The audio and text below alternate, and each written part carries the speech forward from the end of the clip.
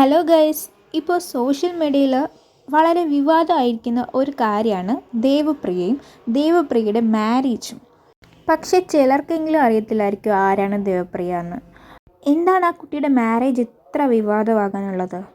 ഒരു 19 വയസ്സ് മാത്രം ഉള്ള ഒരു നിയമ വിദ്യാർത്ഥിയാണ് ദേവപ്രിയ. സോഷ്യൽ മീഡിയയിൽ വളരെ പുരോഗമനമായ കണ്ടൻറ്റുകൾ മാത്രം ഇട്ടിരിക്കുന്ന ദേവപ്രിയ പെട്ടെന്ന് ഇങ്ങനെയൊരു 19കാരി 31കാരനായ സൈക്കോളജിസ്റ്റിനെ വിവാഹം ചെയ്തത് എന്തുകൊണ്ട് എന്നുള്ള ചോദ്യമാണ് എല്ലാവർക്കും. ഡിസംബർ 17-നായിരുന്നു ദേവപ്രിയയുടെ മാരേജ്.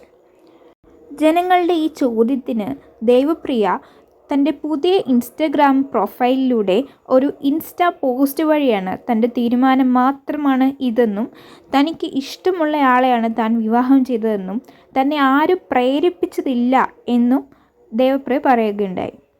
ഇതിന് പിന്നാലെ സോഷ്യൽ മീഡിയയിൽ പണ്ട് ദേവപ്രിയയുടെ അക്കൗണ്ട് കൈകാര്യം ചെയ്തിരുന്ന സ്വന്തം ദേവപ്രിയയുടെ ബ്രദർ ഒരു പോസ്റ്റുമായി സോഷ്യൽ മീഡിയയിലെത്തി.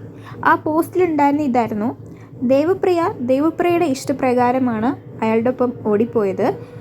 വീട്ടുകാർക്ക് ഈ മാരേജിനോട് തികച്ചും എതിർപ്പാണെന്നും ഒരിക്കലും ഇതിനോട് യോജിക്കുന്നില്ല എന്നും ഇനി അവളുടെ ലൈഫിൽ എന്ത് സംഭവിച്ചാലും അത് അവൾ ഒറ്റയ്ക്ക് നേരിടണം എന്നുള്ള ഒരു പോസ്റ്റാണ് ബ്രദർ അവളുടെ അക്കൗണ്ട് വഴി ഷെയർ ചെയ്തത്.